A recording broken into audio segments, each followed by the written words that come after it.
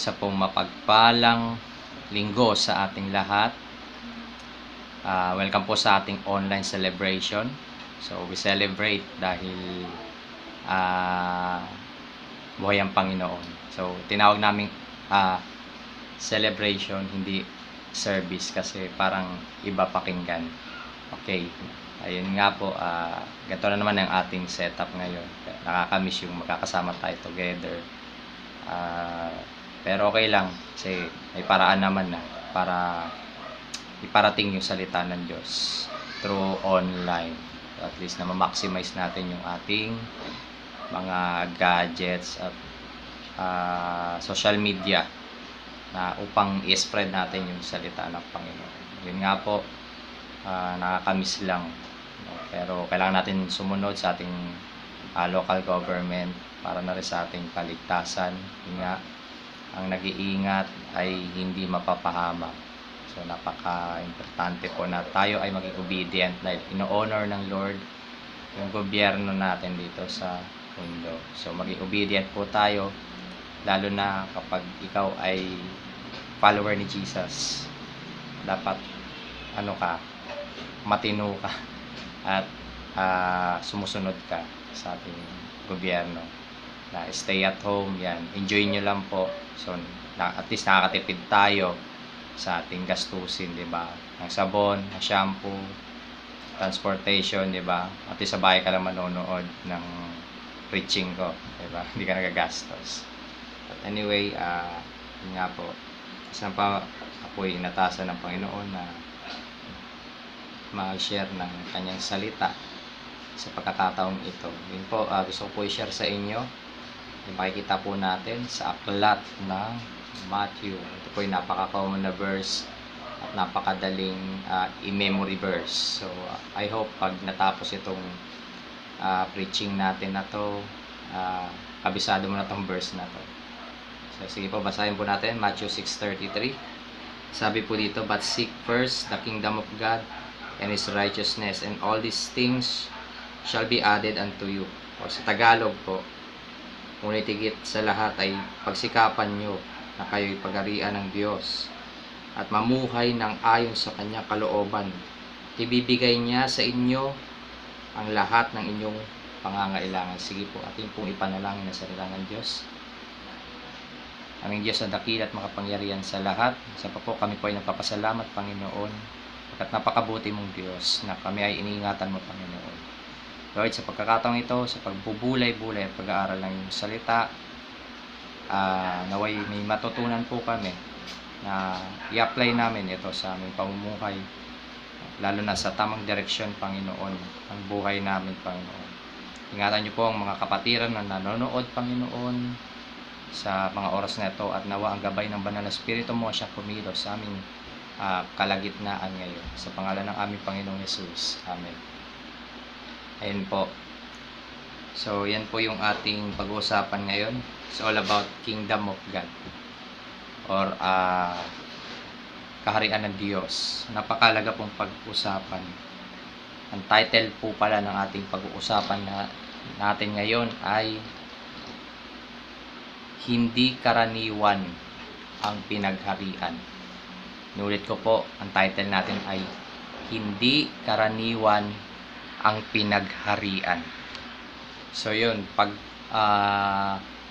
sinabi natin hindi pangkaraniwan, diba? Rare ka or naiiba ka, unique ka na nilalang, diba? So bago mo sabihin na rare ka or unique ka, hindi ka pangkaraniwan, malalaman natin sa pag-uusapan natin ngayon. So yun po, dito sa ating text sa Matthew chapter 6 verse 33. So ang concern dito is yung kingdom ng Panginoon. So napakalaga pong pag-usapan yun. Lalo na pag ikaw ay Kristiyano. Diba? Kailangan ang kingdom ng Lord ay nakikita sa iyong buhay. So ang tanong, ano nga ba yung kingdom? Ayan, so alam ko maraming nag-iisip, mga Kristiyano, ang tingin nila pag sinabing Kingdom of God, ay ito ay may structure or may physical na appearance na makikita mo, 'di ba? Na merong king, then merong majesty, merong mga kawal, 'di ba? Mga ganong kaisipan. So, but pag-uusapan natin is yung kingdom na sinasabi ng Panginoon. So, medyo himayin din natin itong pinag-uusapan natin since isang verse lang naman siya. So, meron po akong nakita ditong 3 P. Ayan. Kung mababasa po natin sa Tagalog, ulitin ko po. Ayan. Ngunit, higit sa lahat ay pagsikapan nyo na kayo ay pagharian ng Diyos at mamuhay ng ayon sa kanyang kalooban at ibibigay niya sa inyo ang lahat ng inyong pangangailangan. So, yun po. Unang P po ang nakita ko dito, diba? Sabi doon, ngunit higit sa lahat ay pagsikapan. So, unang P po natin, unang puntos po natin is pagsikapan. So, pag sinabi pagsikapan, ito po ay utos. So, para malaman po natin yung background na pinag-usapan natin, ang kausap dito ni Jesus is yung mga disciples niya. And pag pumurong ka ng konti ng isa pang chapter 5, ito po yung Beatitudes. Ba yung sinasabi ng Panginoon na dapat maging ugali at kung anong pananampalataya dapat ang meron ka. So, di ba yung ang mapalad, yan yung nababasa natin. Pag nabasa mo yan, then, yun nga po yung background is yung mga disciples po yung kausap dito ni Jesus. So, sabi niya dito, pagsikapan. Ayan, pagsikapan. Ano ba yung pagsikapan? Di ba ito po ay utos? Di ba? Kailangan maglagay tayo ng pagkilos or kaya effort. Yes, di ba? Sa mga Christian, saved na tayo. Alam natin yun. Na sa pamamagitan ng biyaya at tabag ng Panginoon, na-save tayo. But we have to do something to be fruitful. Hindi ka automatically na may lalago, bigla kang babait. Diba? Hindi automatically bigla kang magiging maamo dati, di ba? Dragon ka kung kausapin. Ngayon, medyo may nagbago sa pag-uugali mo. So, ayun po. Pagsikapan. Ano yung pagsikapan? To be fruitful in our walk to the Lord. Sa realidad ng buhay ng tao, lahat tayo may, diba, pinagsisikapan. Itong gagamitin nating word na pagsikapan, dapat natin itong ma-achieve. So, pag nagsikap ka, 'di ba? Parang may gusto kang ma-achieve or mabago sa iyo, lalo na kunyari sa literal na buhay natin. Kaya tayo nagsisikap dahil para sa pamilya, kumanda yung buhay natin. Para ma-inspire natin yung iba, mag-inspiration. So, napakalaga po yung word na pagsisikap. Ibig sabihin, kailangan maging fruitful tayo. This is the command of the Lord. Ito yung primary concern lalo na pag ikaw ay Christian. Ito yung primary.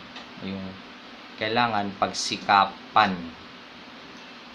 Magsisikap ka sa iyong buhay Kristiyano, hindi para maligtas ka. Bagkus ligtas ka na sa biyaya ng Panginoon. Pero ibig sabihin,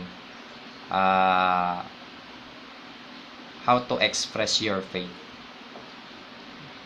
So, minsan tinuro ko yun eh. Pag sinabi natin sa faith, diba, kailangan involved dyan yung ating intellect, emotion, and will. Diba? Hindi lang yung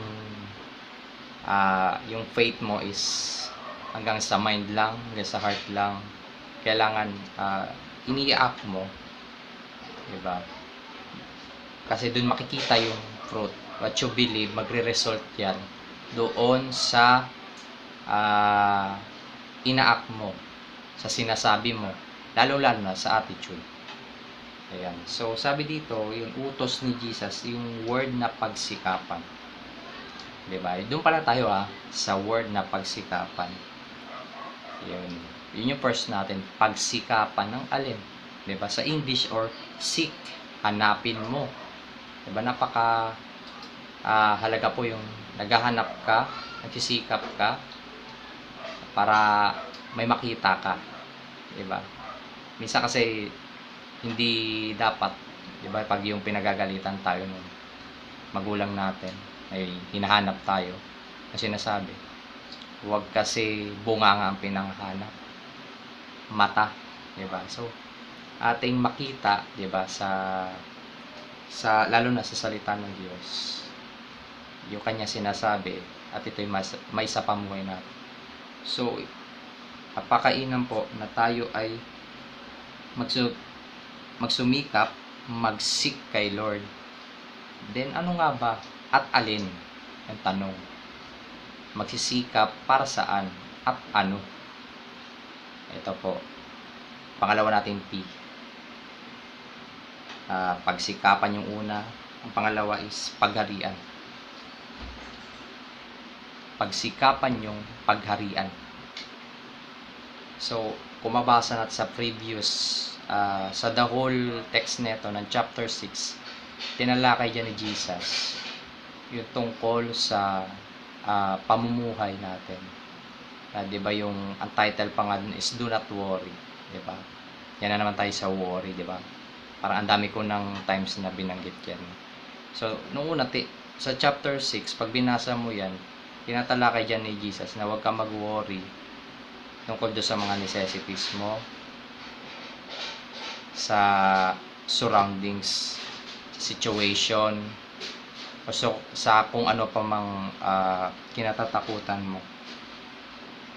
So, hindi yan yung kung sinasabi mong pinagharian ka ng Diyos, tapos nakikita sa'yo nung kapitbahay mo, negative, even na ikaw Kristiyano, puro negative, inaaway mo yung gobyerno sa Facebook, nagiging politician ka, diba? Minsan, ito rin yung pinakita sa akin ng Lord na masyado rin akong pakialamero pagdating sa mga na hindi ko naman linya na dapat ginagawa. So, kinorek ako ng Lord. Kaya ito yung message ko rin. Na may times din na kinokorek ako ng Lord na yan ba yung utak ng pinagharian ng Diyos? Diba? Kasi magre-reflect yan sa pag-uugali natin. Ito, ano ba yun? Yung kingdom of God. Sige po. Yan po yung question ko. Pinagharian ka na ba ng Diyos? Yan. O may sumagot ng oo. Yung iba medyo question ulit sarili niya kung pinagharian. Yun. Sige po, malalaman mo kung pinagharian ka. And majority sa atin pinagharian, lalo na sa sitwasyon natin ngayon, pinagharian ng worry, pinagharian ng kasalanan, pinagharian ng temptasyon, ng takot. Ayan, madaling sabihin na pinagharian ako ng Diyos, pero lalabas at lalabas ito kung paano ka namumuhay ngayon. So, ayan, ngayon evaluate mo yung sarili mo. Diba? Oo nga, no? Ganun pala ako. So, yun. Sa gitna ng pagsubok na ito, so kung na-evaluate mo ni sarili mo, gusto ko sabihin sa inyo na si Lord is concerned naman siya sa ating concern si Lord sa atin. Diba? Nire-remind lang tayo ni Lord. Hindi kanya kinukondem. Medyo palaaway ka nung mga unang linggo ng quarantine. Naway mo yung gobyerno. Second week, medyo nangungusap na sa'yo si Lord na huwag ka nang mangialam dyan, akong bahala sa'yo. Kung bahala sa bayarin mo, sa bahay, sa kuryente, tubig. Ayan. Medyo nag-worry ka sa mga ganung bagay. Ayan. I-remind sa atin ng Lord na tayo ay pagharian dapat. Ayan. Pinagharian na niya tayo. Ayan. Sabi mo sa katabi mo, pinagharian ka na ng Diyos. Yan, pinagharian ka na. So, kapag pinagharian ka na, sino yung nasusunod? Di ba? Kasi pag sinabi natin Kingdom of God, ibig sabihin kaharian ng Diyos. Ibig sabihin, pag sinabing kaharian ng Diyos, merong hari. Sino yung hari? Di ba ang ating Panginoong Jesus? So yan. Kaso ang nangyayari, ito kung naalala mo nung pinatanggap ka ng pastor mo, kaibigan mo, or kung hindi ka man tumanggap, di ba? Ito yung pagkakataon, di ba? Yung pagtanggap natin sa Panginoon through prayer, sinasabi natin, Panginoon, ikaw na po yung maghari sa aking puso bilang Panginoon na tagapagligtas. So ayun, sinabi natin, nirelease ng bibig natin na ikaw na yung maging hari. Pero may times pa rin na parang ganito yung sinabi mong hari, parang ano rin, sinabi mo na si Lord na yung mag-drive ng buhay mo. Pero minsan inaagaw natin yung manibela kay Lord. Lord, ikaw nang bahala, ikaw nang magmaneho ng buhay ko, na yung kalooban mong masunod. Pero minsan, Lord, ang sarap nung may gusto pa akong gawin, pwedeng pahiram muna ng manibela. Parang may gustong pambalikan yung konting kasalanan na ginagawa mo, yung mga bisyo mo, yung mga hidden sin mo. Yung mga times na ganun nakikipag-agawan ka pa ng manibela kay Lord. Pero pag pinagharian ka na ng Panginoon, dapat sumusunod tayo, nag-obey tayo doon sa Kanya. Pag pinagharian ka ng Diyos, una sa lahat, hindi ka takot. Baka si takot pa yung naghahari, di ba? Lalo sa panahon yun, baka si worry pa yung naghahari. Ang worst, baka si kasalanan pa yung naghahari, di ba? My point is, kapag pinagharian ka na, ang ginagawa mo ay yung kalooban at katwiran ng Diyos.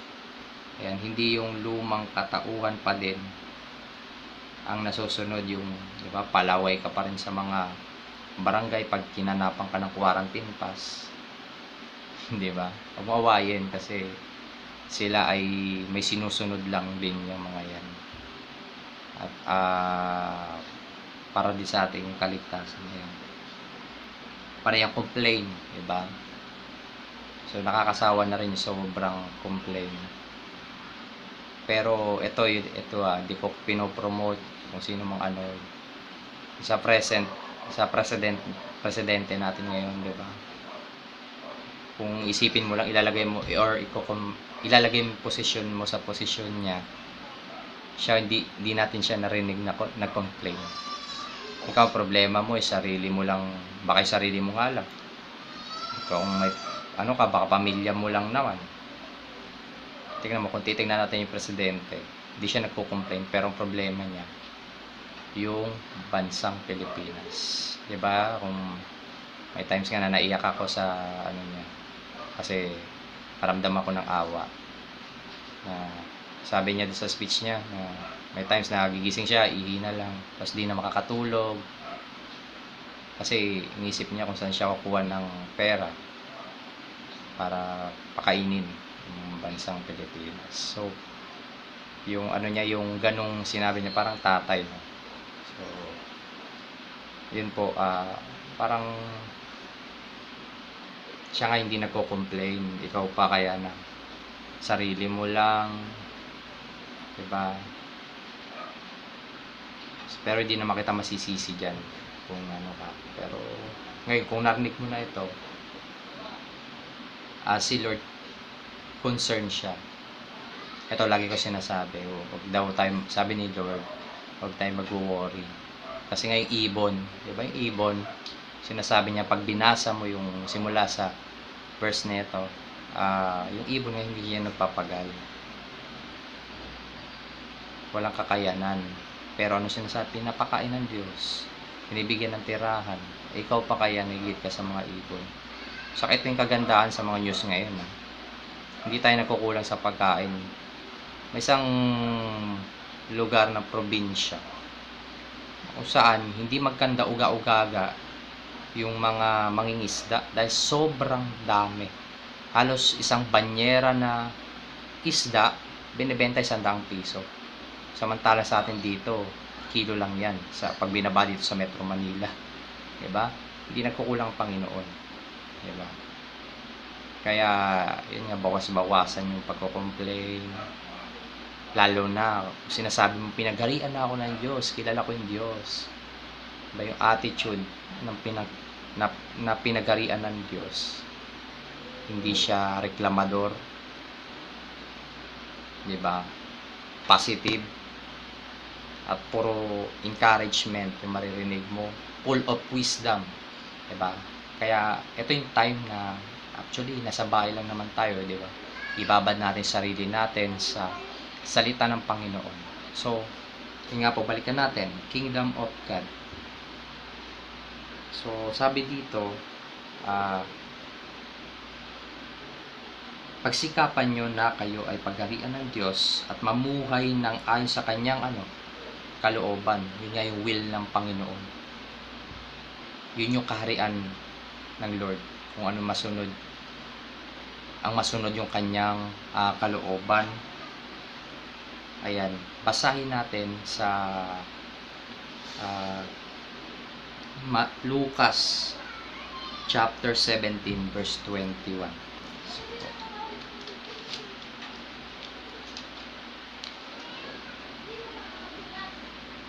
Sabi dito, ayan, ang kausap dito ni Jesus is yung mga Pariseo. Sabi dito, minsan si Jesus ay tinanong ng Pariseo kung kailan itatatag ang kaharian ng Diyos.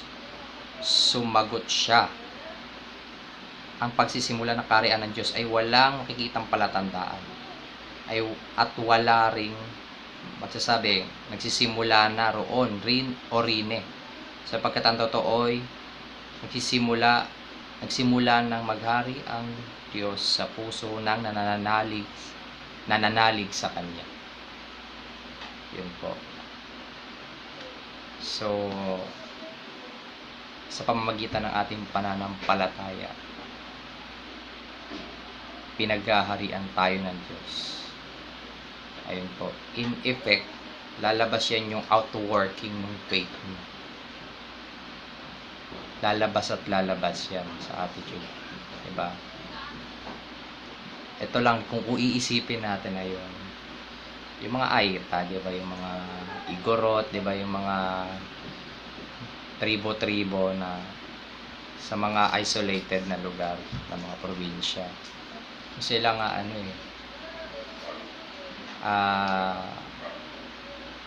kita mo yung pamumuhay nila, pero sa pamumuhay nila may pamamaraan sila. Diba?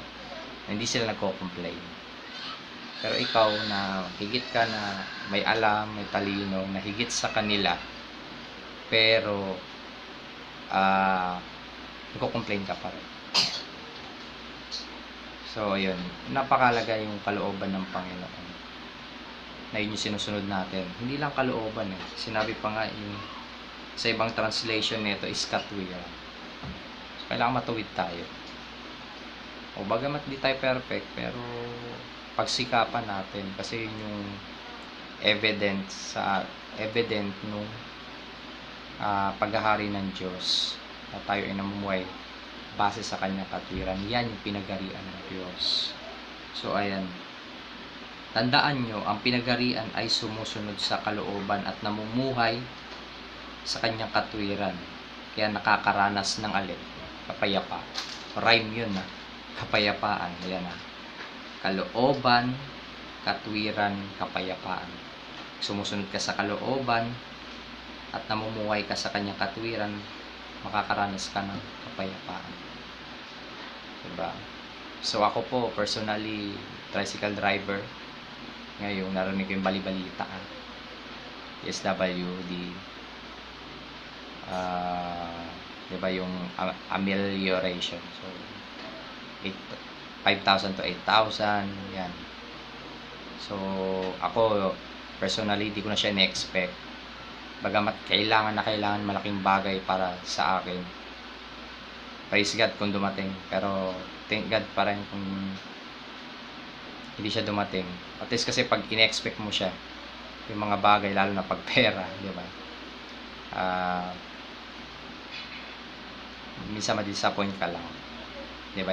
Maaaring hindi ka mamatay sa COVID, hindi ka mamatay sa gutom, 'di ba? Pero sa stress na yung sobrang pag-iisip mo, 'di ba, diyan nati-trigger lahat ng sakit. So, ayun nga, na huwag tayong mag-expect ng mga malalabong bagay, 'di ba? So, di ko sinasabi na hindi siya darating, pero ako, dumating man o hindi, thank you kung darating. Kung hindi dumating, okay lang. So, alam ko, di naman ako gugutumin ng Panginoon. At makakaranas pa rin ako ng kaginhawaan. At least, payapa ako. Ngayon pala, tinanggap ko na hindi darating. Di masakit sa akin yun. Kesa in-expect mo, sasaktan ka lang. Iba naman yung bibigay sa ni Lord, yung asahan mo. Diba, may sinasabi nga, God moves in mysterious ways. Diba? Parang kanta lang. So, yun po. Yung kaharian ng Diyos, kailangan makikita sa atin. Dito natin mapapakita